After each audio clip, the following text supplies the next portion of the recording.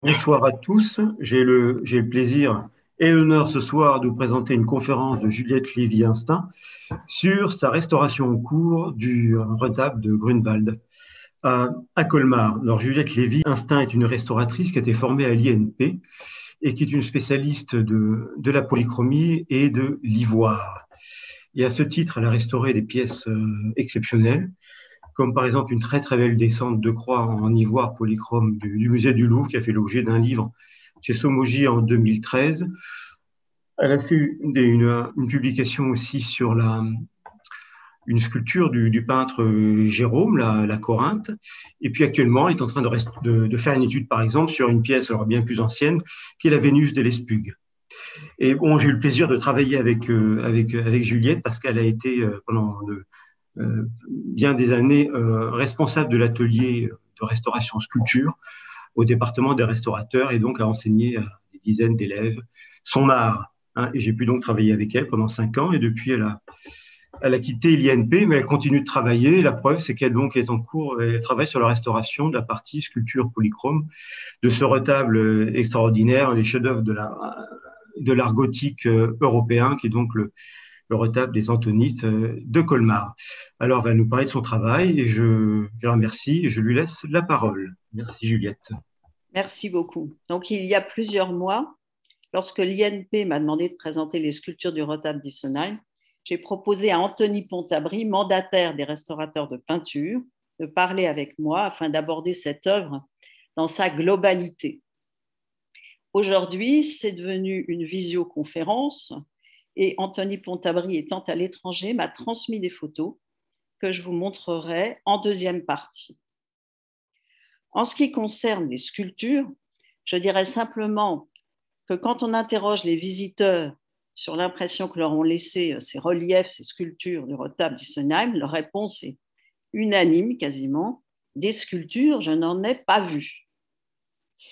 Il est vrai qu'après avoir contemplé les panneaux peints, dont l'effet visuel est si saisissant, presque écrasant, il est facile à la fin de la visite de sortir de la chapelle du musée que vous avez sous les yeux, sans prêter attention aux reliefs sculptés qui sont exposés tout au fond, en fait, paraissant un peu isolés ou en tout cas presque détachés du retable. Or, le désintérêt pour les sculptures du retable est contraire à la conception du retable au XVIe siècle, où l'œuvre est conçue comme un tout, avec ses peintures, ses reliefs sculptés, sans oublier son couronnement, cette structure qui surmontait le retable et qui a aujourd'hui disparu. Avec le couronnement, le retable mesurait environ 8 mètres de hauteur à l'origine, pense-t-on. Vous en voyez ici une proposition de reconstitution récente de Joseph Arnest. À gauche, l'une des ouvertures du retable, montrant certains des panneaux peints. À droite, les sculptures, au centre, encadrées d'autres volets peints. Parce que c'est un polyptyque à plusieurs ouvertures. En effet, selon la liturgie, 3 ouvertures, ou plutôt 3 modes d'articulation des volets étaient possibles. Le retable fermé, comme vous l'avez sous les yeux, avec sa prédelle en dessous qui est peinte. Ou bien une première ouverture des volets, qui est une ouverture intermédiaire. La prédelle est inchangée en partie inférieure.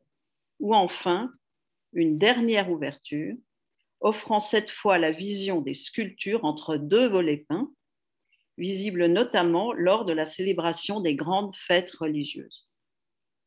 Donc les sculptures, avec l'image centrale de Saint Antoine encadrée de Saint Augustin à gauche et de Saint Jérôme, occupaient le cœur du retable. Dans la prédelle, ici ouverte, figuraient les bustes des apôtres entourant le Christ.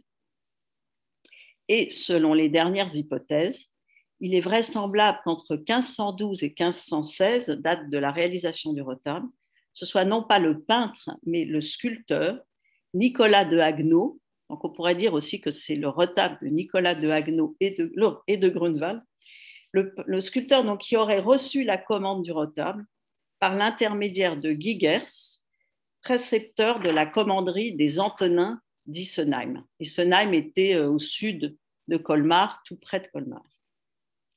Or, Guy Gers s'est justement fait représenter en 3 dimensions, j'insiste, au pied de Saint-Augustin et tourné vers Saint-Antoine. Enfin, même si les sculptures sont abritées aujourd'hui dans une caisse qui date des années 1930, elles constituent un ensemble exceptionnel dans les collections des musées de France, ne serait-ce que par leur expressivité et leur monumentalité. Il faut souligner aussi la haute qualité technique de leur exécution dans le bois de tilleul. Sur l'écran Saint-Augustin, face et revers, vous voyez ici que le relief n'est composé que de deux grandes pièces de tilleul. Le joint, en fait, voilà, est ici, l'assemblage. Voilà, ce sont 2 grandes pièces de tilleul. Et il n'y a presque pas de fente et le relief a parfaitement résisté au temps. Ces joints, d'ailleurs, sont recouverts de petites pièces de toile que vous devinez peut-être. Ici, il y avait une fente préexistante au moment de la sculpture, enfin, et elle a tout de suite été recouverte de toile de façon à éviter qu'elle ne s'agrandisse. Donc, une campagne de restauration permet toujours de se livrer à des recherches approfondies. Donc, nous avons également relevé les traces d'outils.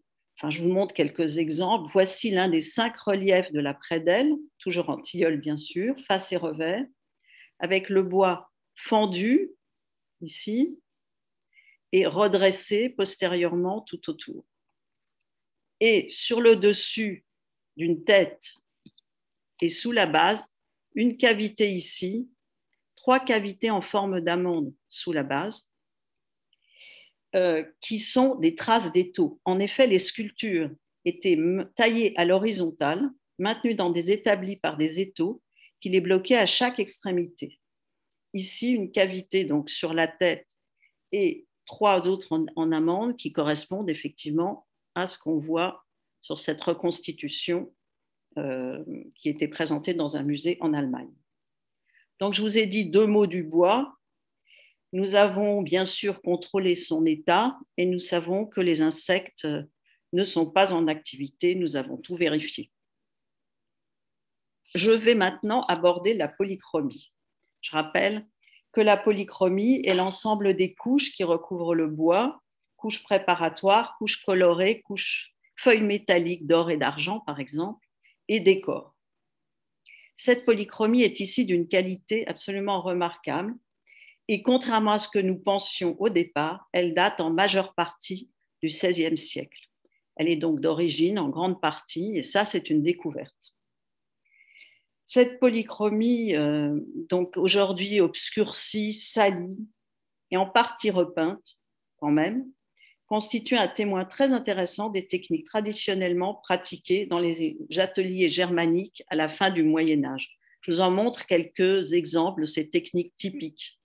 Vous voyez ici la main de Saint-Antoine. Vous pouvez voir, d'ailleurs, admirer la qualité de la sculpture qui est recouverte donc, de carnations roses assez nuancées, bien qu'on ne s'en rende pas bien compte puisque c'est un peu sale, qui sont liées à l'huile, alors que le livre est, lui, peint de bleu d'azurite, un pigment minéral, lié à la colle protéinique, c'est-à-dire la colle animale, qui lui donne un aspect très mat, qui contraste justement avec la brillance de l'or. Tout était voulu. Ici, le lion de Saint-Jérôme, recouvert de dorure, mais c'est une dorure qui n'est pas brunie, c'est une dorure qui est un peu mate, une dorure sur mixion que l'on voit ici, ce mordant qui permet à la feuille d'or d'adhérer. Et cette dorure un peu mate, elle contraste justement avec beaucoup de surfaces qui sont, elles, recouvertes d'une dorure brunie à l'agate, très brillante, qui est une dorure sur bol. Donc, beaucoup d'effets de brillance. Sur l'impressionnant décor de Rinceau-Ajouré au-dessus de Saint-Antoine, l'or poli côtoie l'argent sur les fleurs indiquées par les flèches dans les angles supérieurs, en partie haute. Les feuilles d'argent ont pris, en s'altérant, un aspect sombre. Feuilles d'argent que l'on retrouve sur le trône de Saint-Antoine, où, pour des raisons d'économie, on a épargné les surfaces masquées par le saint assis. C'est-à-dire qu'ici, on a la préparation blanche, puisque ce n'était pas visible quand Saint-Antoine était en place. Et je voulais parler aussi des feuilles d'un autre métal, enfin, ce n'est pas vraiment un autre métal, c'est ce qu'on appelle l'or parti, dans les zones peu visibles. Par exemple, ici, derrière le gant de Saint-Augustin, donc ce serait ici, eh bien, on appliquait parfois des feuilles d'or parti obtenues en battant une feuille d'or sur une feuille d'argent. L'aspect de ces feuilles métalliques était semblable à l'or au départ, mais avec le temps, elles se sont altérées et ont pris la coloration sombre des feuilles d'argent. Donc, on voit d'ailleurs très bien les contours des feuilles de métal appliquées. Très intéressant. Particularité de cette polychromie du retable, et d'ailleurs j'y reviendrai, l'abondance et la variété surprenante des glacis colorés, glacis translucides, qui sont uniquement sur toute cette polychromie des sculptures appliquées sur les feuilles d'argent. Ici, sur le revers du manteau de Saint-Antoine, donc vous voyez que l'extérieur du manteau est entièrement doré, très très brillant. Enfin, il est sale, hein, il n'est pas encore nettoyé. Ici, le revers du manteau, vous le distinguez ici, est en fait revêtu de feuilles d'argent qui sont recouvertes d'un glacis jaune, qu'on voit très bien ici, lui-même rehaussé d'un glacis rouge. Quand même très spectaculaire. Et enfin, sur la robe de Saint-Antoine, ici et ici, ce qu'on appelle des brocarts appliqués, autrefois entièrement dorés, pour évoquer l'extrême richesse des textiles des vêtements. En voici un détail.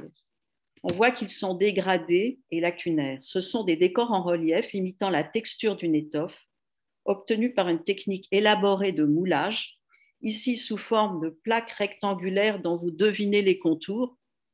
Voilà, voilà par exemple. Chaque plaque est moulée séparément en atelier, puis dorée une fois appliquée sur la sculpture, collée sur la sculpture. Vous voyez leur état et vous comprenez que notre intervention d'aujourd'hui doit rendre aux sculptures, en tout cas, une part de l'éclat qu'elles ont perdu. C'est pourquoi j'ai choisi cette photo qui montre les sculptures telles qu'on les voyait en 2017 avant la restauration. Et cette restauration, elle est effectuée par une équipe composée de 8 restaurateurs, restauratrices et restauratrices formés à l'INP ou à l'Istituto Centrale del Restauro et en peinture. D'ailleurs, l'équipe est d'environ 10 personnes. Ils ont là à peu près les mêmes formations et aussi, ils viennent de Paris. Très rapidement, je vous montre des photos du démontage qui donnent une idée aussi de l'échelle des sculptures. Ici, Aubert Gérard, qui est directeur du centre de Vesoul, de restauration à Vesoul. Là, le Saint-Antoine est en train d'être glissé sur l'échafaudage. Donc, c'est des sculptures qui sont plus grandes que nature. Et ici, la caisse du retable vide, caisse qui date des années 1930. Et j'insiste, on ne sait pas comment était la caisse d'origine. On a perdu donc le couronnement. Et cette caisse d'origine, elle a été détruite à la Révolution et on n'a pas d'archives sur l'aspect du retable dans sa globalité avant l'extrême fin du XVIIIe siècle. Donc, bien sûr, les restaurateurs, nous avons commencé par des mesures de conservation et tout d'abord, évidemment, le dépoussiérage. Comme vous voyez, il y avait certains amas de poussière sur le chapeau de Saint-Jérôme. Amas de poussière que l'on devine aussi ici au pied du cochon de Saint-Antoine et sur les gants de Saint-Augustin. Or, la poussière L'apparence anodine peut être très néfaste pour les œuvres d'art. Elles forment des amas qui retiennent l'humidité, ce qui favorise les attaques biologiques, c'est-à-dire l'apparition de moisissures et d'insectes xylophages qui sont attirés par l'humidité. Donc, bien sûr, nous avons dépoussiérie et autres mesures de conservation, le refixage de la polychromie qui se soulève. Parce que quand on voit un relief comme celui-ci avec ces trois apôtres, on a l'impression qu'il est plutôt en bon état, que son état est homogène, qu'il est un peu recouvert de poussière, et puis qu'il faudra le nettoyer, c'est tout. Or, en vision rapprochée, on se rend compte qu'il y a plein de micro-lacunes sur les carnations, vous voyez, qui montrent soit la préparation, soit une couche sous-jacente. Sur le visage du donateur, la polychromie se soulève en écailles plus importantes encore, prêtes à tomber. En plus, on voit qu'elles sont très blanches, que les lacunes sont blanches, ce qui veut dire qu'elles ne se sont pas encore salies, les soulèvements ne sont pas très anciens, c'est donc un processus en cours d'évolution, il fallait intervenir. Donc, intervenir, c'est-à-dire pratiquer un refixage qui consiste à infiltrer un adhésif entre le bois et la couche picturale ou entre la préparation et la couche qui se soulève, de façon à réappliquer cette couche de polychromie sur la couche sous-jacente. Donc, nous avons parlé du dépoussiérage, du refixage de la polychromie. Autres interventions à mener, celles qui relèvent de la restauration, je dirais à proprement parler, et qui sont définies à chaque étape avec le comité scientifique pour tenter de se rapprocher de l'état d'origine de cet ensemble modifié au cours du temps et pour lui rendre sa lisibilité. Je vais prendre d'abord pour exemple les 5 reliefs de la Prédelle, dont la restauration est terminée maintenant, puisqu'ils ont rejoint le musée de Colmar depuis quelques mois. En effet, je ne l'ai pas précisé, mais la restauration des sculptures s'est faite pour sa plus grande part à Paris, au C2RMF, un peu au centre de Vesoul et un peu aussi à Colmar sur place.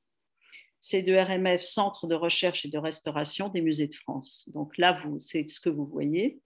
En effet, l'étude de la polychromie était quand même assez complexe. Il y a énormément de couches. Et au départ, je dois avouer que je ne pensais pas que c'était la polychromie d'origine. Donc, il fallait chercher, enfin vraiment faire des investigations assez poussées. La proximité du laboratoire au C2RMF était très profitable, bien sûr. Et puis, on était très bien installés, alors que s'il avait fallu travailler avec les microscopes dans la chapelle, ça aurait été beaucoup plus compliqué. Je vais donc vous présenter des tests de nettoyage. Ici, sur une dorure recouverte, alors voilà la limite du test. Donc ici, c'est, enfin la photo, les couleurs de la photo ne sont pas excellentes. Ce qu'on peut dire, elles sont trop chaudes. Mais ici, ce n'est pas nettoyé. Ici, ça l'est, à droite. Enfin, nous avons proposé des tests au comité. Un autre test ici qui montre le glacis, un glacis vert sur argent avant nettoyage et après nettoyage.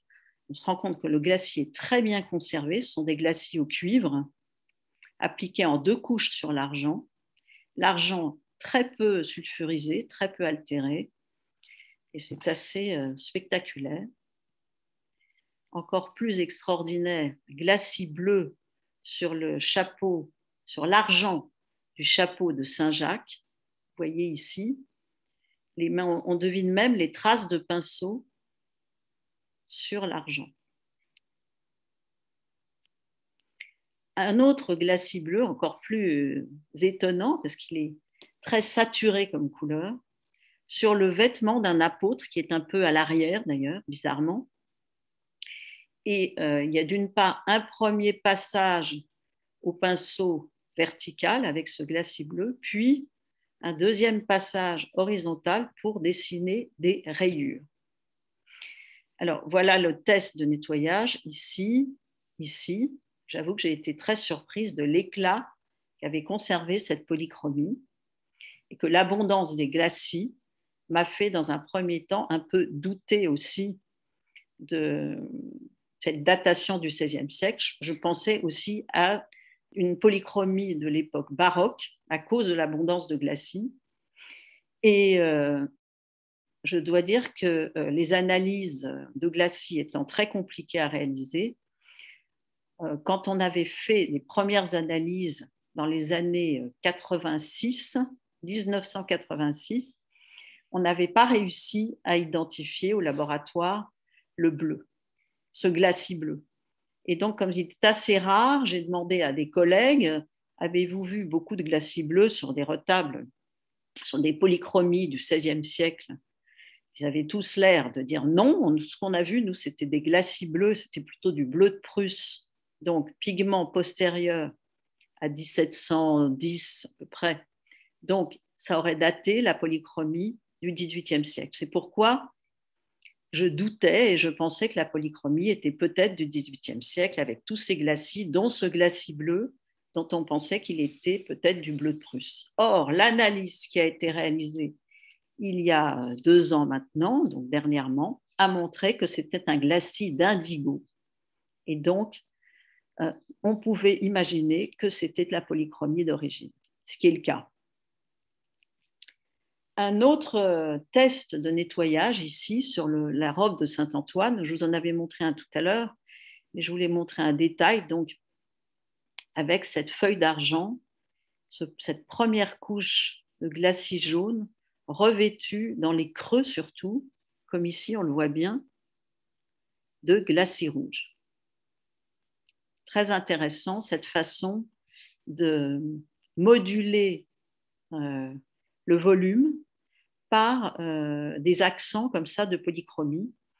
Et c'est assez peu courant en général sur les sculptures. C'est un peu une façon d'accentuer les volumes picturales. Et c'est ce qui nous fait penser, entre autres, que c'est peut-être un peintre qui a réalisé cette polychromie. Un détail de la cordelette qui retient le chapeau de Saint-Jérôme, alors donc tout son manteau est doré, la cordelette est argentée, recouverte d'un glacis jaune avec des accents de glacis rouge ici, dans les creux, une fois de plus. Et sur l'habit du donateur, ici une fenêtre avec un glacis, avec la feuille d'argent. Et quand on regarde de très près, on devine qu'il y a un glacis violacé, ce qui est quand même assez peu courant. Donc cette abondance de glacis qui me faisait penser à une polychromie baroque est en fait une particularité de cette polychromie du XVIe siècle. Voilà un échantillonnage de tous ces glacis.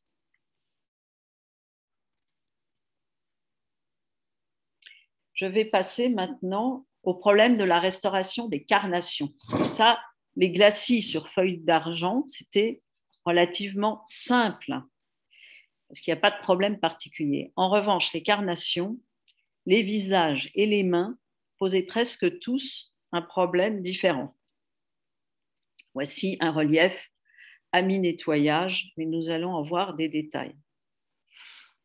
Parce que quand on voit cette tête d'apôtre, Saint-André, on comprend tout de suite qu'il y a un déséquilibre assez frappant entre le côté très poussiéreux du dessus de la tête et le restant du visage qui est un peu mieux conservé, moins sale.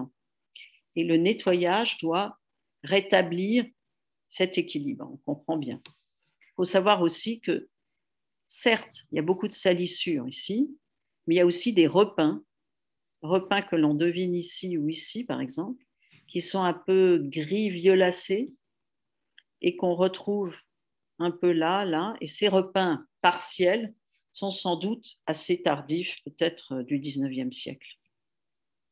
Ils sont très locaux.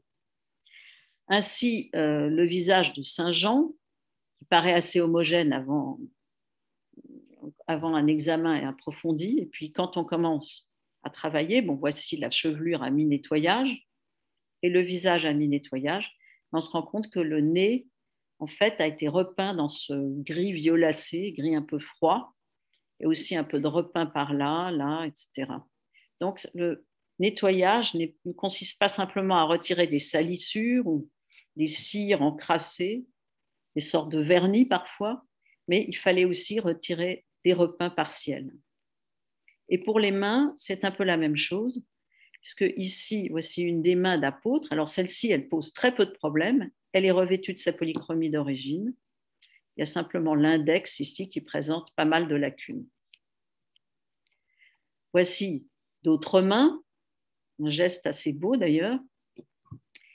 Là, on voit tout de suite que cette main-là, elle est assez lacunaire. Ce que vous voyez ici, c'est une sous-couche d'écarnation, et enfin qui est un peu orangée, moins rosée que la couche définitive. Et puis ici, on voit à la fois des lacunes et puis un peu de repeint par-ci par-là, si j'ose dire. Enfin, cette main-là, qui est encore plus altérée, donc extrêmement lacunaire, la polychromie d'origine est visible ici, c'est ce ton rosé. Le reste, c'est un repeint qui recouvre la préparation ou bien le bois nu. Donc, nettoyer, ça signifie, il fallait d'accord retirer la poussière, les salissures, mais il fallait aussi que toutes les mains retrouvent un aspect homogène. Et c'était là la difficulté. Donc, voici cette photo pour vous montrer la diversité des états. Cette main que je viens de vous montrer, qui est vraiment dans un état pitoyable, celle-ci qui n'est pas trop mal conservée, mais qui a des lacunes, laissant entrevoir la sous-couche un peu orangée. Celle-ci avec des lacunes, la sous-couche, mais aussi très très sale, uniquement sur les doigts et moins sur la paume. Cette main avec les extrémités des doigts refaits et repeints d'une couleur très sombre. Celle-ci, un peu le même cas, mais c'est le pouce, et repeint aussi de manière très sombre. Donc en dessous, il n'y a pas de polychromie d'origine puisque le pouce a été refait. Ici, une trace de colle très foncée. Et enfin, le majeur du Christ, de la prédelle, qui avait été refait en tilleul, mais non repeint. Donc encore un autre cas. Et enfin, je vous présente ce qu'il y avait de plus compliqué à mes yeux, c'est-à-dire la main droite de Saint Jean, qui est recouverte d'un repeint gris, toujours le même d'ailleurs, le même que sur son nez, un repeint gris un peu violacé, gris froid. Alors, après nettoyage, ce repeint s'était un peu éclairci, mais il est toujours là. Et le problème, c'est que sa main gauche, celle qui tient le calice, elle n'avait pas été repeinte. Donc, elle avait sa polychromie d'origine rose, tout à fait bien conservée. Donc, on lisait très mal le geste de Saint Jean, puisqu'il y avait cette disparité entre les deux mains. On a décidé de faire des tests. J'ai fait un test d'enlèvement du repeint, donc vous voyez ici, mais j'étais quand même très inquiète à l'idée que la polychromie d'origine qui apparaît là, plus rose, serait mal conservée sous le reste, parce que j'arrivais pas à... Et en fait, ça s'est très bien passé, puisque voici la main après enlèvement du repeint. Vous voyez, dans les lacunes, c'est la couche un peu orangée, ocre, sous-jacente à la couche définitive de la polychromie rose qui apparaît. Puis il y a des lacunes de bois, mais finalement le bois est assez clair et c'est pas si gênant finalement, si bien que Saint Jean a retrouvé une certaine cohérence dans le geste de ses mains. Voilà. Donc voici ce relief après nettoyage, mais avant retouche. Vous voyez toutes les lacunes qui sont encore à vif, si j'ose dire. Il n'y en a pas beaucoup. Et donc, la réintégration a été assez légère.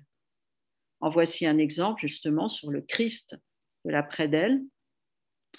Vous le voyez ici, donc vous reconnaissez son doigt refait et non peint.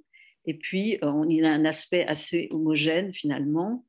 Il est un peu sale, un peu empoussiéré, mais il présente quelques lacunes. Mais en fait, il est assez acceptable comme aspect. Et voici le profil, donc après nettoyage. Et au passage, je vous dirais d'admirer en fait cette polychromie quand même très fine, extrêmement nuancée, puisqu'on voit qu'il y a quand même beaucoup de nuances de tons sur ce visage, avec les veines peintes, ces mèches peintes en prolongement de la chevelure sculptée ou en prolongement de la barbe. Quelques repeints ici, mais bon, sur le nez qui était peut-être plus usé. Et ici, le voici après retouche, après réintégration des lacunes. Il a suffi en fait de mettre un très léger ton d'aquarelle. Vous voyez ici la retouche qui est à gauche. Et l'ensemble a retrouvé une unité assez satisfaisante finalement. Pour cet apôtre, c'était un peu plus compliqué parce que les contrastes entre donc le voici avant restauration, après nettoyage, le contraste entre la polychromie sous-jacente qu'on aperçoit ici et le ton définitif de carnation était assez important. Donc vous voyez ici, il fallait retoucher. Donc voilà un essai de retouche sur cette moitié du visage pour vous donner une idée.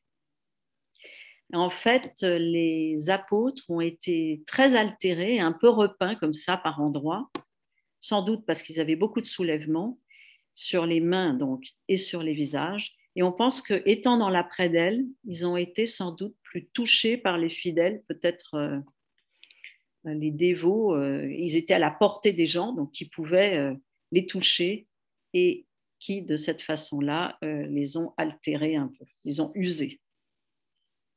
Donc voici pour la restauration des groupes de l'après-d'elle, des groupes sculptés de l'après-d'elle qui sont maintenant retournés à Colmar. Et je vais maintenant passer aux grandes sculptures en vous montrant cette photo que je vous ai montrée plusieurs fois, mais qui est en fait une vue fictive, puisque aujourd'hui, ces volets peints qui encadraient les sculptures sont exposés à part. Et donc, les sculptures sont au fond de la chapelle, isolées, ce qui fait que les gens ne comprennent pas toujours leur rapport avec les peintures. Alors, ces sculptures, elles avaient ces grandes sculptures simplement. Elles étaient moins usées que les petites, etc., mais elles présentaient la particularité d'avoir été repeintes. Donc, sur le schéma à gauche, j'ai localisé les repeints. Donc, vous voyez, ce sont les terrasses, les sols de chacun des grands personnages. Sur Saint-Augustin, eh bien, il n'y a de repeint que l'habit du donateur, à la fois son manteau et sa robe, comme vous verrez. Sur Saint-Jérôme, sont repeints le sol et sa tunique qui est sous sa chape, sous son vêtement. Sur ce deuxième schéma, j'ai représenté rapidement les couleurs d'origine, puisque là, en fait, les sols étaient repeints en rose, vous le verrez, et son vêtement ici en rouge, celui-là en noir. Les couleurs d'origine, c'était des sols verts éclatants, comme vous pourrez le voir, un glacis légèrement violacé sur feuille d'argent pour le vêtement du donateur, Guy Gers. Sur Saint-Antoine, seule la terrasse était repeinte. Et sur Saint-Jérôme, seule la terrasse et la tunique qui à l'origine était bleu d'azurite, comme vous le verrez tout à l'heure. Donc, pourquoi a-t-on décidé de retirer ces repeints ? Nous l'avions proposé au comité. Le comité était a priori tout à fait opposé à cette intervention, puisque c'est une intervention définitive sur laquelle on ne pourra plus jamais revenir.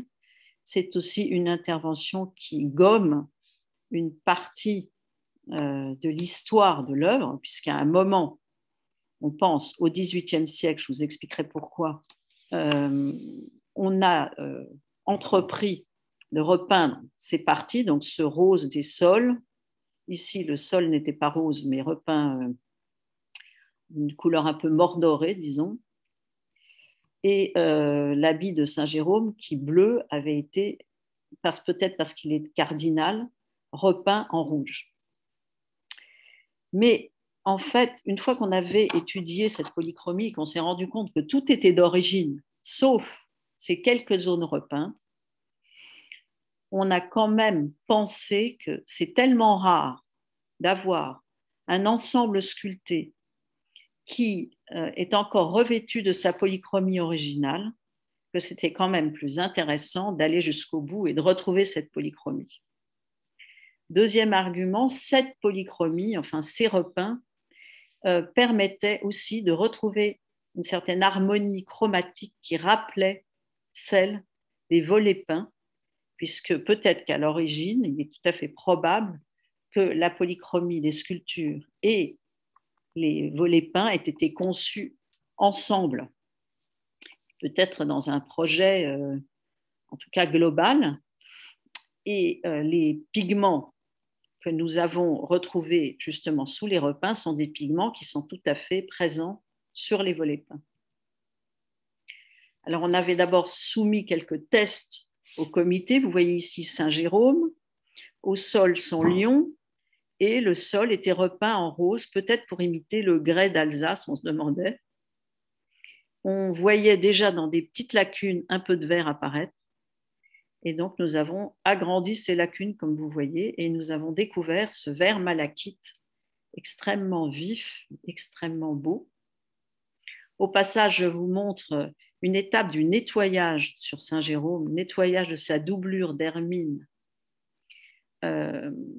ici très très sale, revêtue en fait une sorte de vernis foncé. Et le nettoyage a révélé quand même une certaine qualité picturale indéniable qui nous fait penser que c'est sans doute un peintre.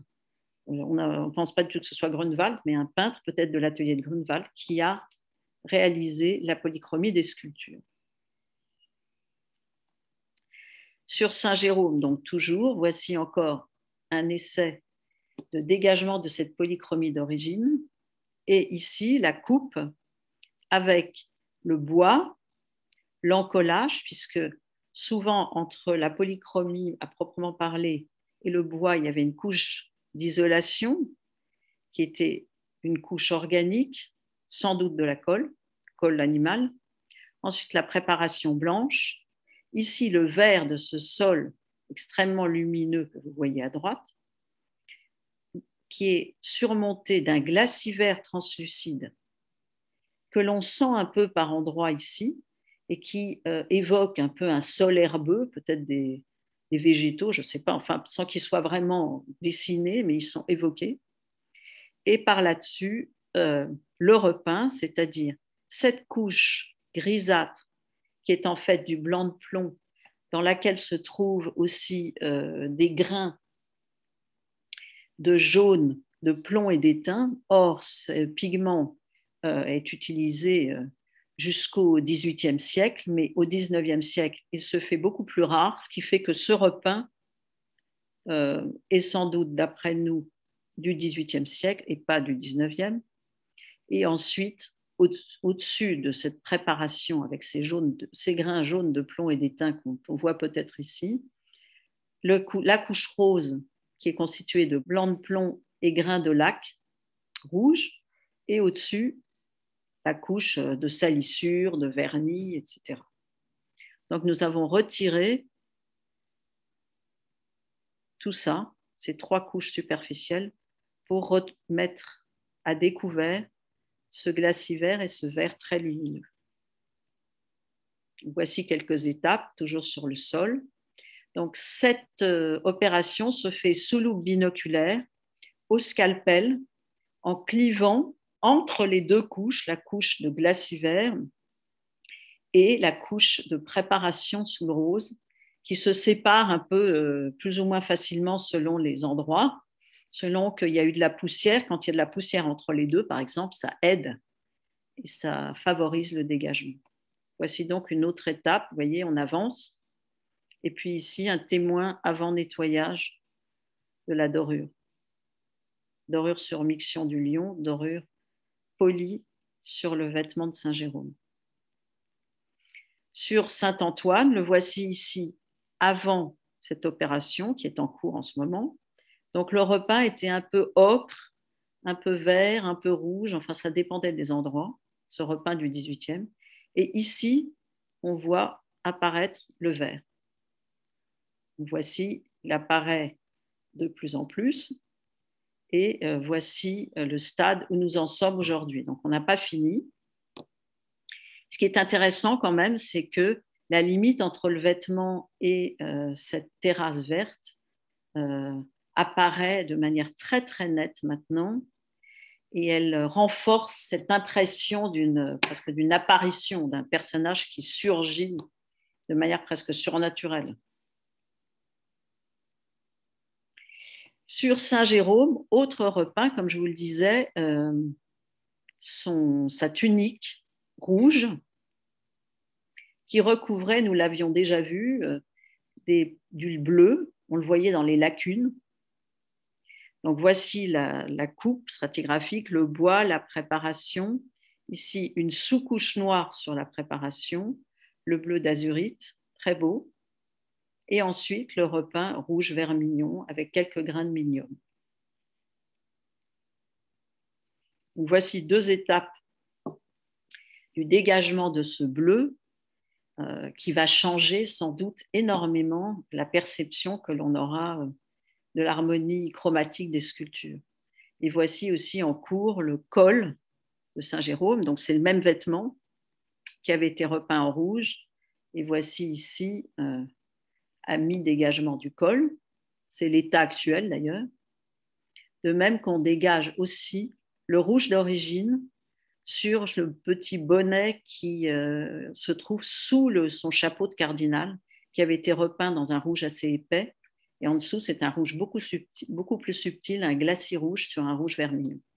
Pour tous ces dégagements, on conserve toujours des surfaces avec le repeint, de même que pour le nettoyage, on conserve des surfaces sales qui sont dans les recoins moins accessibles au regard, de façon à ce que dans le futur, on puisse avoir une idée de ce qu'on a retiré et de ce qu'on avait trouvé sur le retable. Et on fait toujours cette démarche de conserver des témoins dans les rapports de restauration et d'études, enfin des rapports qu'on rend très très complets sur chaque sculpture, bien sûr, on le fait toujours. Mais on mentionne l'emplacement de ces témoins, et bien sûr, il y a des photos. Dernière plutôt intervention de dégagement du repeint. Voilà ici le manteau du donateur recouvert de noir, sans doute parce qu'en dessous il y a de l'argent que vous voyez ici. Cet argent était altéré, ils ont préféré le repeindre en noir au 18e toujours. Eh bien, nous avons retrouvé pas mal de feuilles d'argent, c'est un peu usé certes. Et vous voyez ici peut-être un reflet un peu violacé qui est dû à un glacis violacé qu'on voit peut-être assez bien ici et qu'on voit très bien sur cette coupe stratigraphique qui montre en bas la préparation blanche, ici en blanc très lumineux la feuille d'argent, au-dessus le glacis violacé qui en fait a pénétré à travers, semble-t-il, la feuille d'argent dans la préparation blanche. Et ici, le repeint. Ce glacis a été analysé et sa composition n'a pas été déterminée parce qu'en fait, on n'a pas d'éléments de comparaison pour ce glacis violacé. C'est très intéressant quand même. Sur la robe, enfin, que vous ne voyez pas ici, qui avait été repeinte en noir, comme vous le voyez ici, toujours la robe du donateur, eh bien, on a un ton violacé très particulier qui est obtenu avec du bleu azurite sur lequel est appliquée une couche un peu de couleur indéfinissable, rosâtre, je dirais, faite de blanc de plomb, de laque, mais à travers laquelle le bleu azurite apparaît, ce qui donne ce ton violacé. Ou pas violacé, enfin si, un peu violacé. Difficile à définir en tout cas.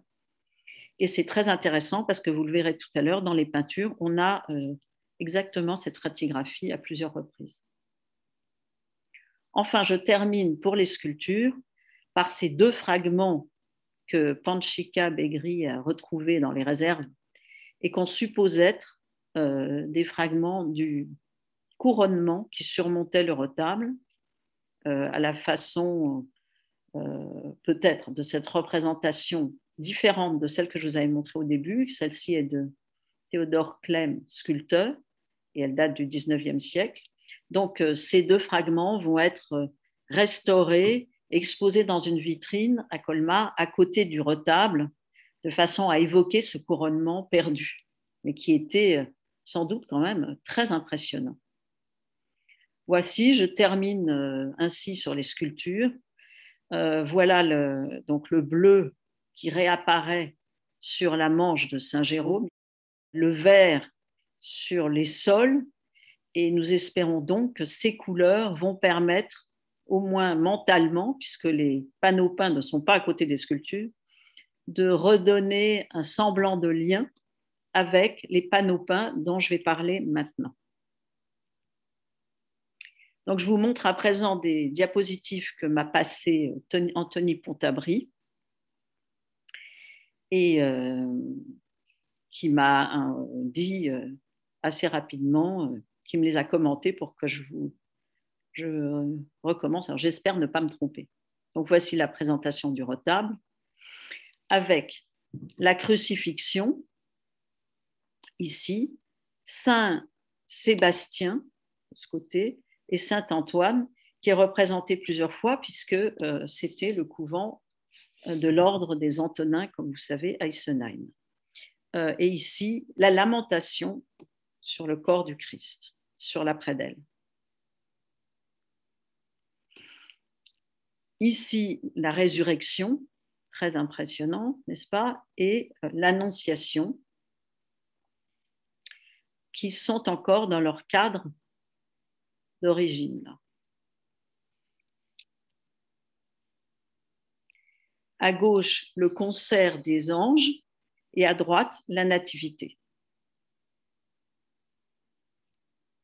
Et enfin, les deux panneaux qui encadraient les sculptures, la tentation de Saint Antoine et Saint Antoine, qui est ici, rendant visite à Saint Paul l'ermite.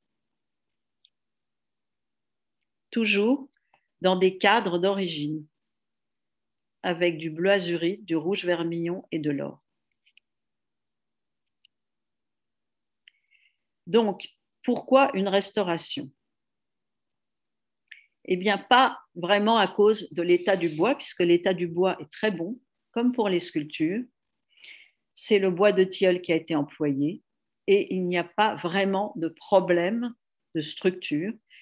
Le seul, ce serait cette fente dans ce panneau, fente qui est survenue après un accident qui a eu lieu en 1903. Vous voyez ici que le panneau de la crucifixion est constitué de 26 planches de 11,7 cm de large de moyenne, qui sont toutes collées à joints vifs. Et au revers, ces collages sont consolidés avec des fibres végétales, on appelle de la filasse qu'on retrouve d'ailleurs aussi sur les sculptures. Or, ces collages ont très bien tenu et sont encore en très bon état. Vous voyez ici un détail à la limite du cadre et du panneau peint.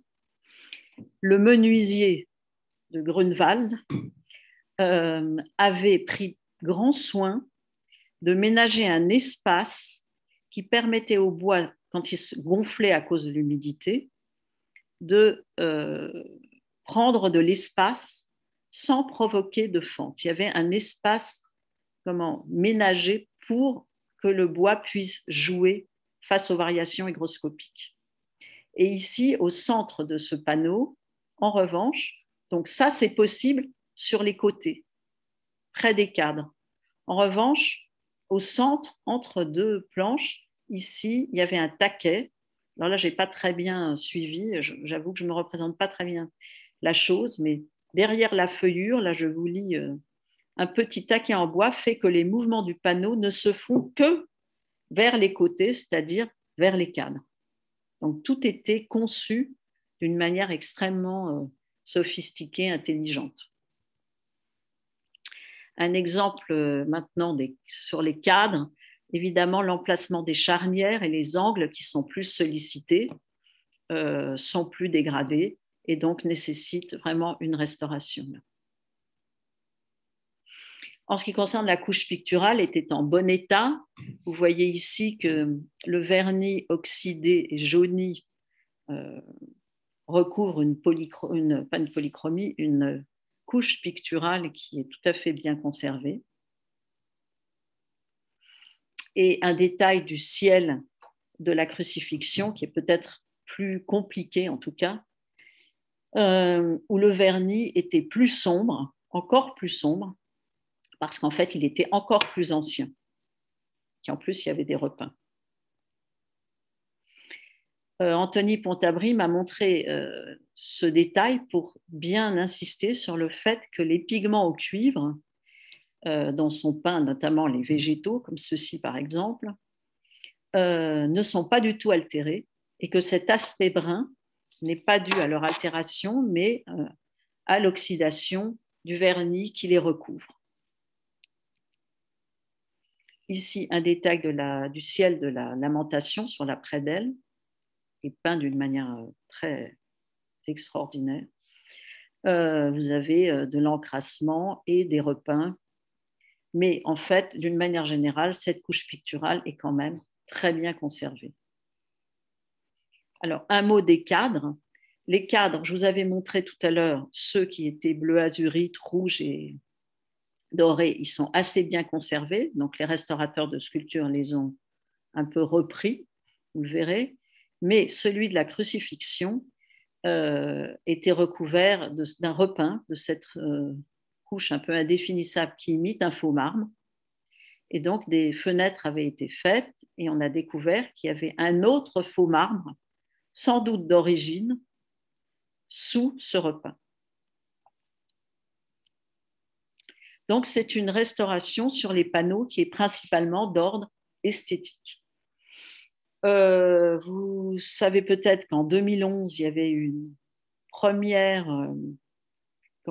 tranche de restauration des panneaux confiée à Carole Juillet et Florence Meyerfeld et qu'il y avait eu une sorte de polémique parce que la restauration avait été jugée peut-être trop rapide. Et en tout cas, à la suite de cette polémique, il y a eu une demande d'une étude complémentaire. Il y avait déjà eu une étude avant cette restauration, mais cette étude a été encore approfondie largement entre 2011, 2013, 2014, et elle continue encore. Et surtout, on a alors envisagé de reprendre la restauration cette fois, la restauration du retable dans son intégralité, sculpture, peinture, support et encadrement. Et ça, c'était nouveau et c'est sans doute quand même une décision, je pense, beaucoup plus intéressante.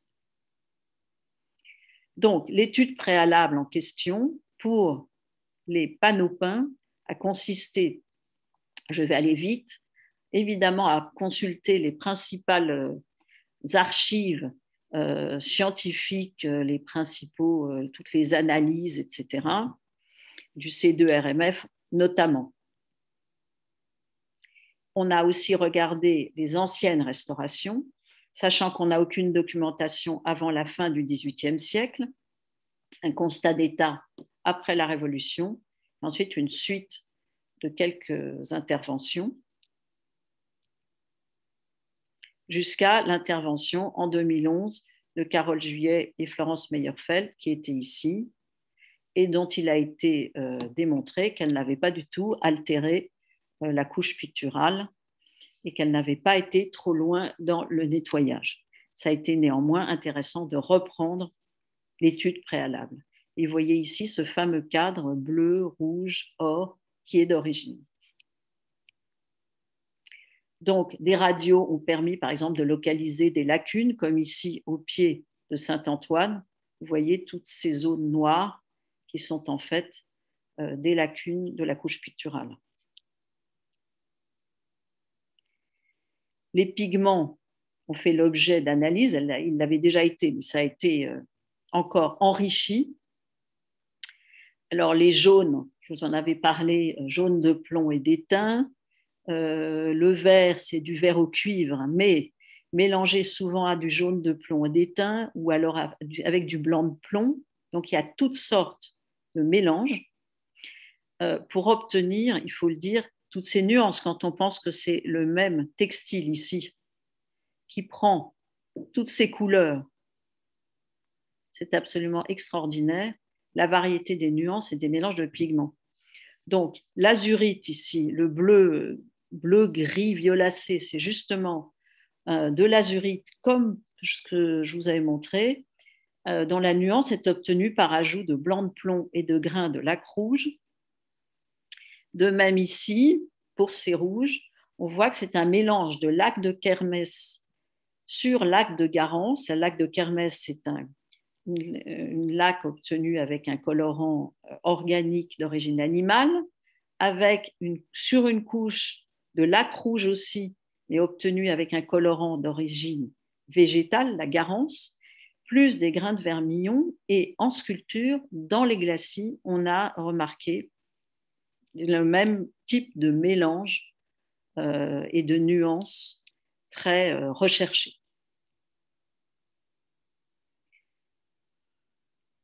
Alors là, voilà. Pour la stratigraphie, voilà un exemple qui concerne cette zone avec un nombre de couches. Il y a 8 couches.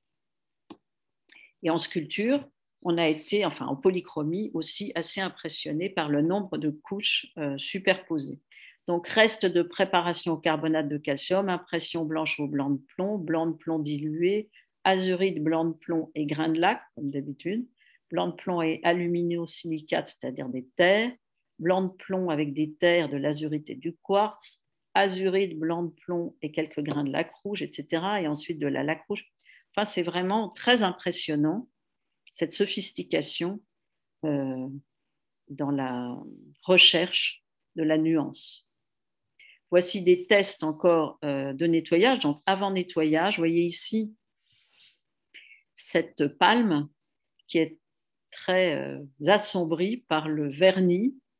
La voici après allègement du vernis.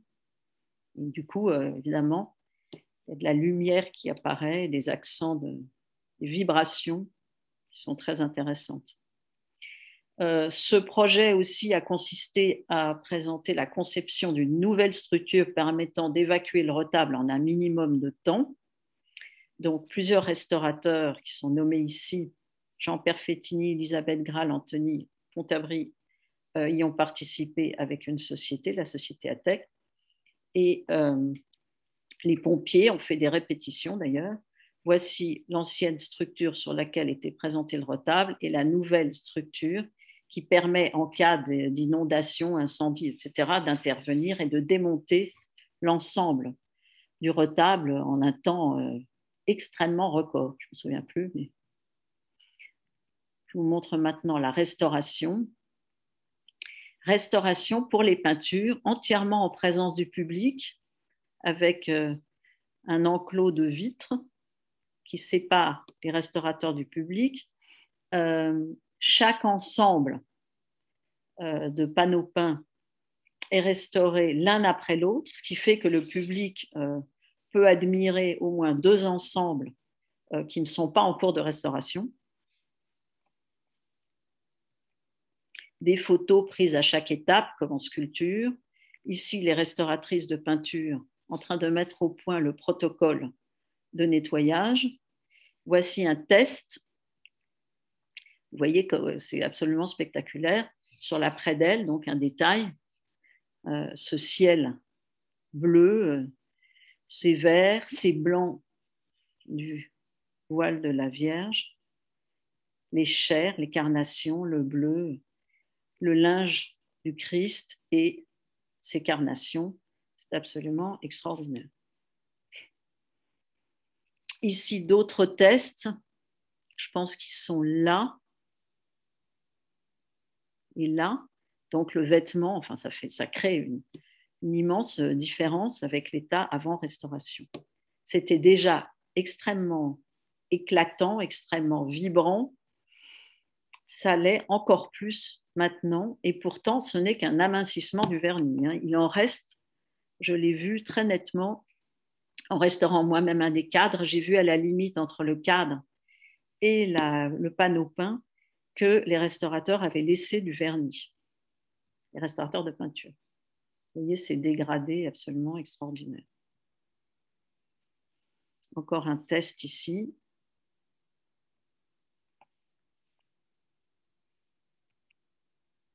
Ici aussi, dans voilà le vert qui réapparaît sous le vernis très oxydé, et ici le cadre avec ses couleurs sous le vernis. C'était peut-être vernis, oui, aussi les cadres. Voici comment les restauratrices se répartissaient le travail. Tony Pontabry séparait les panneaux en 3 parties, si j'ai bien compris. Chacune était responsable d'une partie et qu'elle faisait en 5 jours, avec le solvant déterminé, bien sûr, et le même degré d'amincissement pour chacune. D'autres tests. Vous voyez ici, c'est très impressionnant quand même. Je pense avec beaucoup de détails qui réapparaissent, notamment sur le visage de cet ange. Tony m'a dit que toutes ces rehaus jaunes, extrêmement crus, extrêmement surprenants, on ne les voyait pas avant et ils sont réapparus grâce au nettoyage. Voici aussi cette palme pour de nettoyage. Alors les cadres, Panchika Begri de Pape, qui est la directrice conservatrice du musée, Aubert Gérard, Anne Gérard et Anthony Pontabry discutent donc autour de la remise en état des cadres. Jennifer Vatlo ici en train de travailler sur ces cadres, Azzurra Palazzo, et voici l'état après retouche. Et ça transforme énormément la vision des peintures, d'être encadré de ces cadres très, très, très, très lumineux. Ici, un mot pour le cadre, cette fois de la crucifixion, celui qui était faux marbre, et dont le dégagement ne peut se faire qu'au laser. Donc voici Anna Brunetto qui est en train de faire le laser. Ça se passe au centre de restauration à Vesoul. Vous voyez ici la surface qu'elle a dégagée et voici ici après dégagement. C'est tout de même assez intéressant comme effet pictural.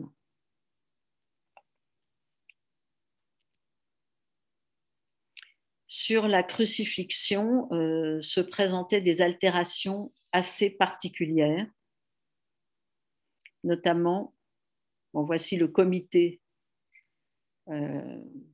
lors d'une visite, lors d'une discussion, quelques altérations, des brûlures de bougies, de chandelles, enfin, comme on en trouve souvent, et des éraflures et des rayures à un autre endroit. Ici, le cas particulier de la doublure, du revers du manteau extraordinaire de l'ange de l'Annonciation, qui était peint avec un mélange d'or piment et de jaune de plomb et d'étain, et qui était très difficile à nettoyer, je crois, d'après ce que j'ai compris. Posait un problème tout particulier dans cette zone. Enfin, les restaurateurs ont pris un solvant différent et ont résolu le problème.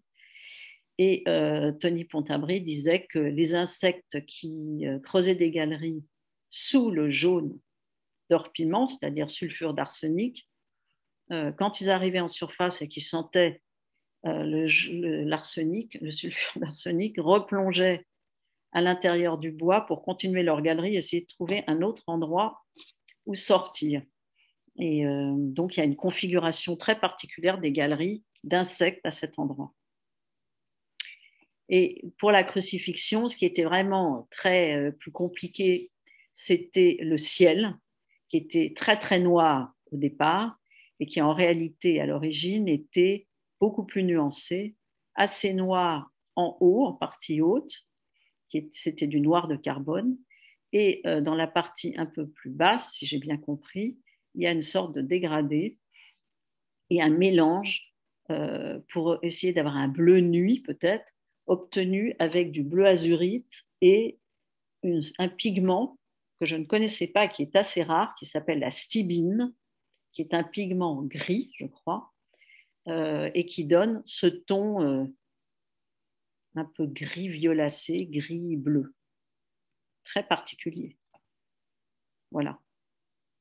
Vous voyez ici ce ton réapparaître.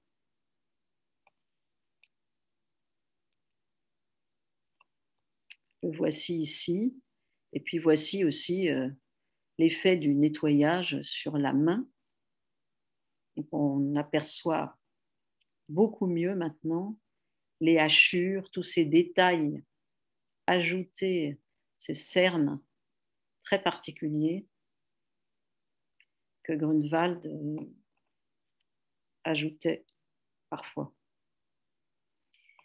Pour finir, voici la Sainte Madeleine au pied de la croix, qui est ici à mi-nettoyage, donc à droite, et sa chevelure va réapparaître comme elle est réapparue ici, sans doute lors du nettoyage de cette partie.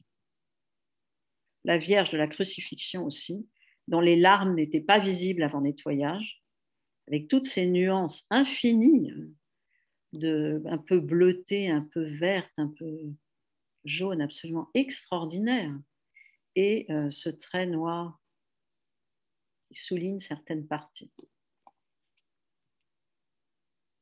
L'ange avec ses rehauts jaunes, les dégradés mauves ici, enfin.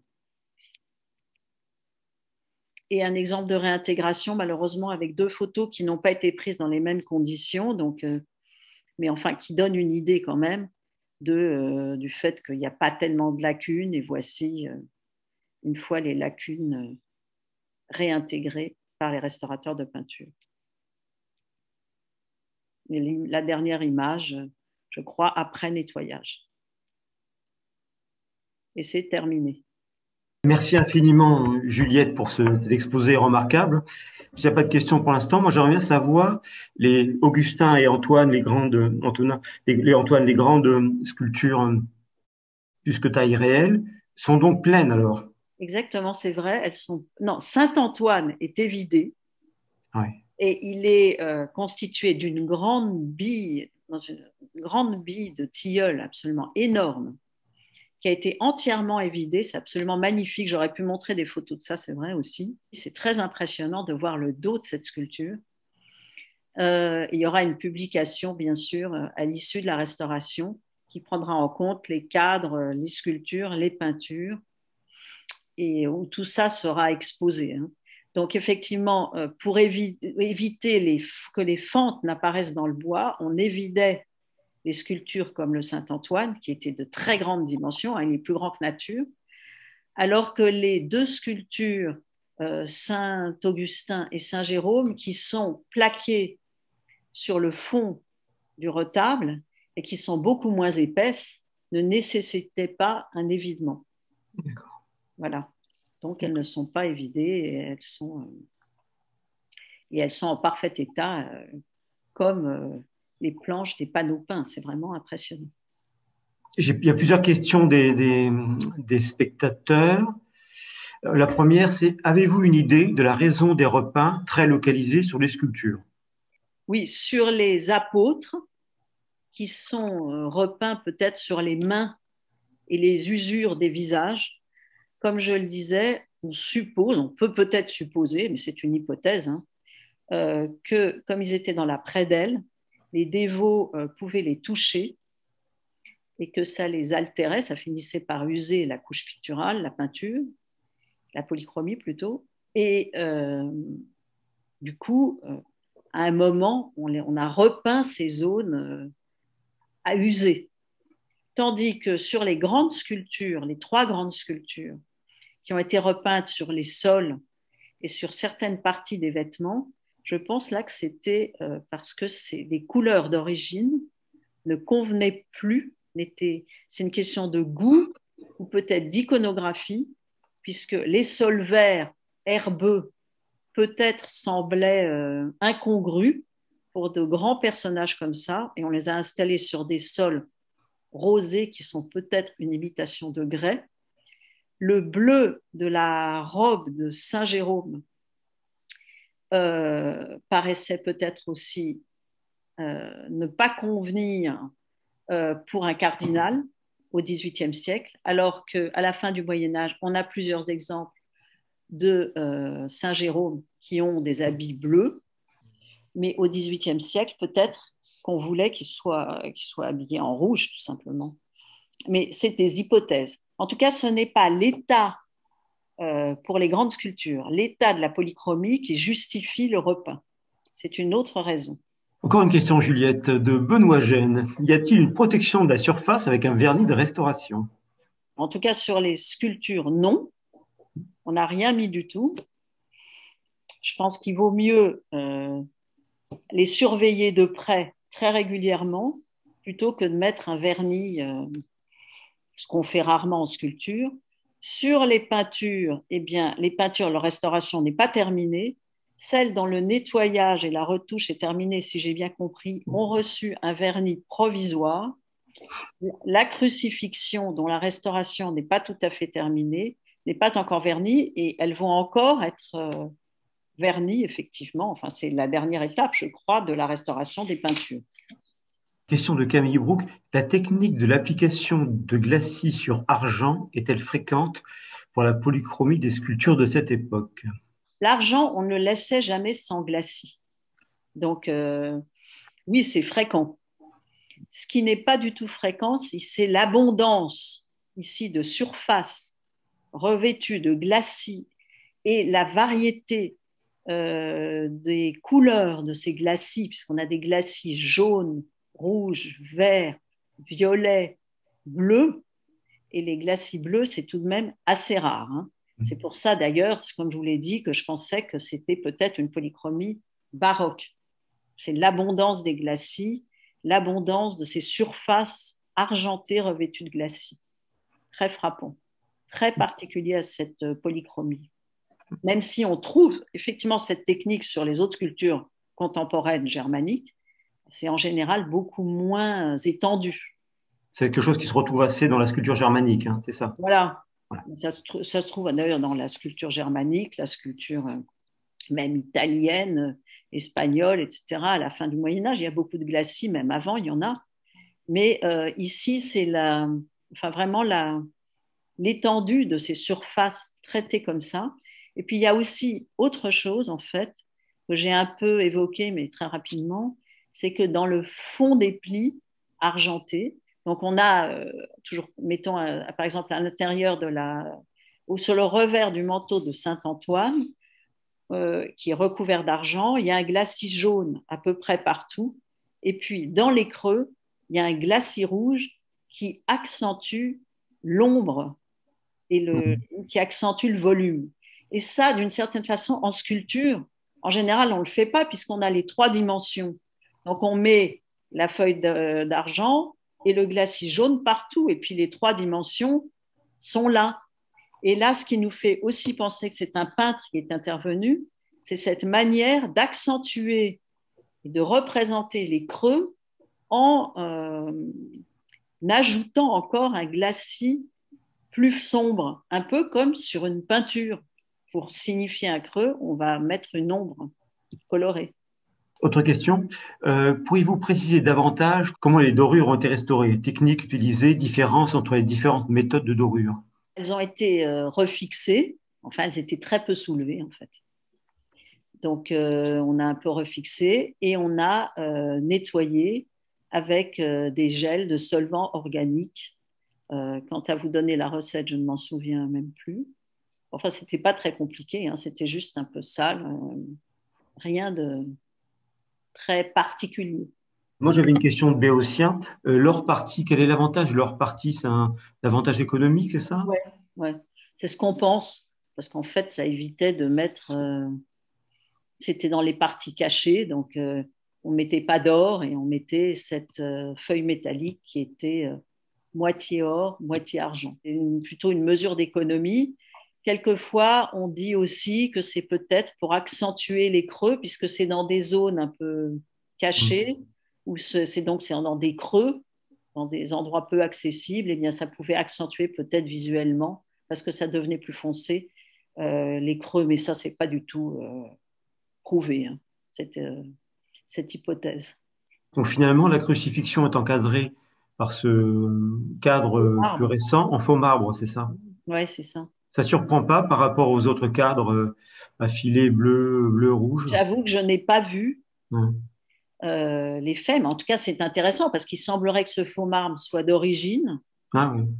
Donc, celui qu'on dégage au laser, hein, c'est Mm. encore en cours, hein, D'accord. et ça avance assez lentement. Donc, c'est une opération assez compliquée techniquement. Mais on a pensé que c'était très intéressant d'avoir ce cadre d'origine, c'est vrai. Et de toute façon, là, ce qu'on a sous les yeux, ce sont des photos avant restauration, mais les couleurs sont très, très, très éclatantes, très fortes. Elles l'étaient déjà, mais maintenant, après restauration, et alors les cadres, euh, comment dire, euh, enfin, accentuent encore ce côté très vif, enfin, très contrasté, saturé des couleurs. Vraiment, c'était un retable qui devait être. Mais encore une fois, on ne le voyait pas comme ça en trois parties. On le voyait soit fermé, soit la première ouverture, soit la dernière. Et ce qui est intéressant aussi, c'est que les sculptures sont les seules euh, à être extrêmement dorées ou argentées, puisque l'or et l'argent sont presque absents des panneaux peints. Mm.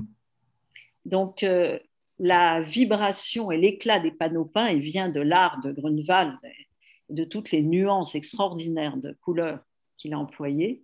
Mais quand on ouvrait, quand on faisait la dernière ouverture et qu'on voyait les sculptures, elles apparaissaient dorées, comme dans un encore plus surnaturel, peut-être que le reste. Enfin, c'est comme des apparitions, je crois. Enfin, c'est mon interprétation.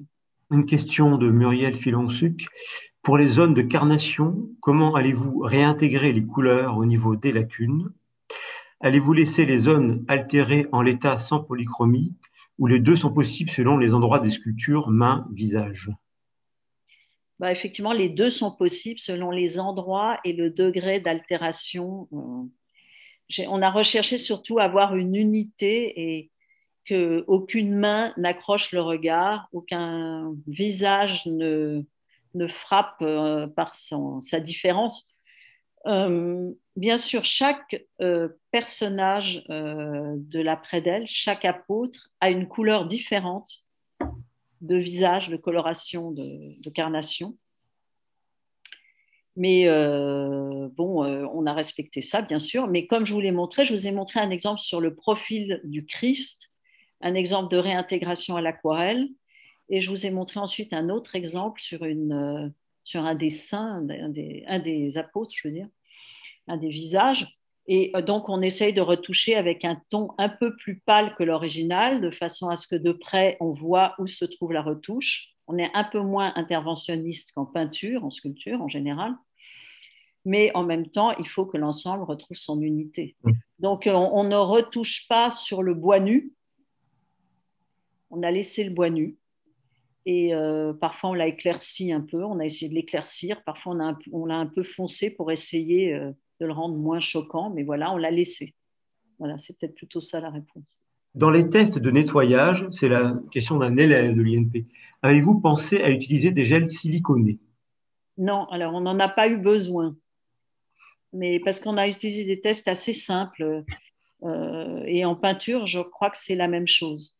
Mais effectivement, l'une des membres de notre équipe est Jennifer Vatlo, par exemple, nous a parlé déjà. Ah si, il me semble que dans un cas, on en a utilisé, oui, sur certaines salissures toutes particulières de la dorure que je n'ai pas montrées sur ces photos parce que je ne pouvais pas tout montrer. Quelque chose, oui, sur des sortes de, je ne sais pas comment les décrire, de dépôts très durs à certains endroits sur la dorure. Jennifer a fait ce test et ça a donné des très bons résultats. Voilà. Mais c'est en cours. Hein. C'est sur l'un des grands personnages dont la restauration est en cours.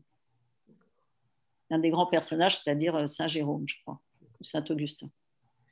Pourquoi les cadres nettoyés au laser ne pouvaient-ils pas l'être autrement?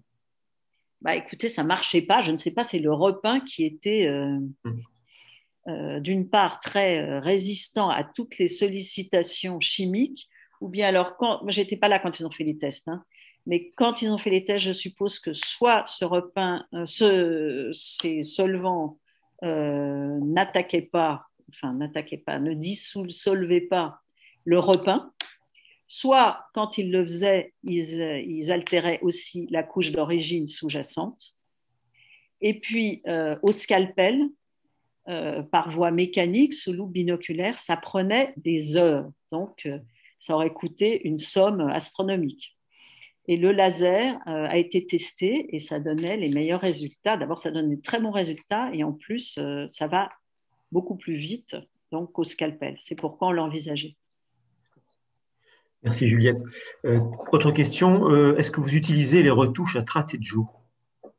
Non, nous n'utilisons pas les retouches à Trateggio. Je vous ai montré d'ailleurs un type de retouche. On utilise simplement, d'abord, il n'y a pas énormément de retouches à faire parce que ce n'est pas très usé, comme d'ailleurs les peintures, il n'y a pas beaucoup de retouches. Mais les retouches à Trateggio sur les sculptures, ce n'est pas très employé, en tout cas en France. En Italie, ça l'a été, ça l'est encore parfois, et ça l'est peut-être moins.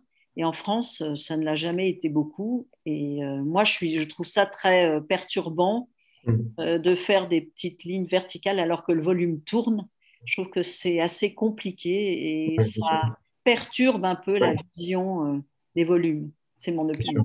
Ce qui est dommage dans enfin bon, la présentation finale, serait de séparer les sculptures des volets avec les couleurs qui maintenant auraient pu se répondre.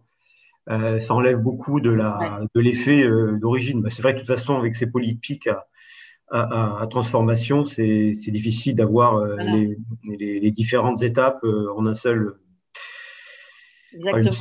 vision. Mais c'est dommage quand même, c'est vrai que c'est dommage. Tout à fait d'accord, je pense que c'est vraiment un regret qu'on peut avoir et peut-être qu'il faudrait au moins essayer de le faire de manière fictive sur un écran à côté, mais c'est jamais pareil évidemment, mais au moins pour le suggérer. Parce que je pense que c'est. Enfin, de même, on peut aussi dire que la présence du couronnement manque énormément, parce que le retable faisait presque 8 mètres de haut. Là, on n'a plus du tout l'idée de cette espèce d'envolée vers le haut que ça devait représenter, et ni même de l'émotion qu'on devait avoir quand on ouvrait les volets, ce mouvement et qui montrait quelque chose à l'intérieur. Ça devait être absolument extraordinaire. Mais ça, c'est quelque chose qu'évidemment, on a perdu. Mais peut-être effectivement qu'on pourrait le filmer ou essayer de le reconstituer d'une manière ou d'une autre, je ne sais pas. Mais c'est vrai que moi, je continuais à regretter un peu que les sculptures soient comme ça, au fond, dans cette caisse 1930 aussi, qui n'est pas très flatteuse pour elle. Et on aurait pu réfléchir à peut-être une autre présentation des sculptures, ne serait-ce que des sculptures, puisque leur caisse avec ce ton un peu beige n'est pas du tout, enfin, est sans doute très très éloignée de ce qu'elle devait être, hein, parce qu'on n'a jamais vu de retable avec des fonds beige, beige rosé comme ça, enfin jamais. Donc c'est pas du tout ce que c'était. Et peut-être qu'il vaudrait mieux à ce moment-là presque faire une caisse très minimaliste. Mais bon, ça fera partie d'une autre campagne de restauration pour le futur, n'est-ce pas? Pour les étudiants de l'INP, peut-être dans quelques décennies, peut-être avant. En tout cas, j'espère que l'exposé a donné envie à tout le monde d'aller voir le retable ou revoir le retable. Et dans la restauration sera terminée normalement à la fin de l'année, enfin, en cet automne. Ouais, puis Voilà. le musée de Colmar est tout à fait extraordinaire. Et puis, il y a d'autres choses à voir à Colmar, Tout d'ailleurs, à fait.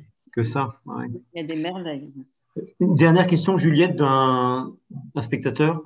Est-ce que le fait de diviser les panneaux peints en trois parties au moment du nettoyage, Mhm. réalisé par trois personnes différentes, ne présentait pas un risque d'hétérogénéité au niveau du degré de nettoyage? Si, mais enfin là, je veux dire, ce risque, il était présent pour Ouais. chaque panneau, puisqu'il y avait plusieurs restaurateurs. Hein. Et donc, il a été sans cesse évalué tout au cours de la restauration, à la fois par l'équipe. Enfin, tout le monde était très conscient de ce risque, ça, c'est évident. Même pour les sculptures, comme on est plusieurs, on fait très très attention à travailler de la même façon. Je crois. Moi, Il y a tous des restaurateurs d'expérience et qui savaient voilà, travailler ensemble et qui bien avaient le sûr. regard et la connivence pour faire quelque chose de Voilà, cohérent. exactement, exactement. Travail en équipe, quoi. Voilà. C'est très important. Hein. C'est pour ça que bon, on fait des équipes, avec des gens qu'on connaît en général et avec lesquels on a l'habitude de travailler. Et voilà, question de sensibilité. Sans Écoutez, compter que ouais. c'est une restauration extrêmement, comment dire, sous contrôle, puisqu'il y a ce comité qui se réunit, donc qui compte des historiens de l'art, des restaurateurs, certains venant de pays germaniques, qui est venu se réunir très très régulièrement à chaque étape pour prendre les décisions. Donc les restaurateurs ne sont pas chacun livrés à eux-mêmes, chacun en train de faire sa propre cuisine dans son coin. Non, c'est pas exactement ça. On est quand même très très suivi, surtout après l'expérience de 2011. Mais Juliette, je vous remercie. Il n'y a plus de questions. Je pense qu'il se fait tard. Maintenant, vous devez être fatigué. En Merci effet. infiniment d'avoir fait cet effort-là, de présenter la restauration de ce chef-d'œuvre incroyable. Merci à Et vous. au revoir, Juliette. Et à Merci à bientôt. tout le monde. Merci à Merci à Émilie tout le Mauve qui a monde. organisé la chose. Et puis, bonne soirée à tous. Merci.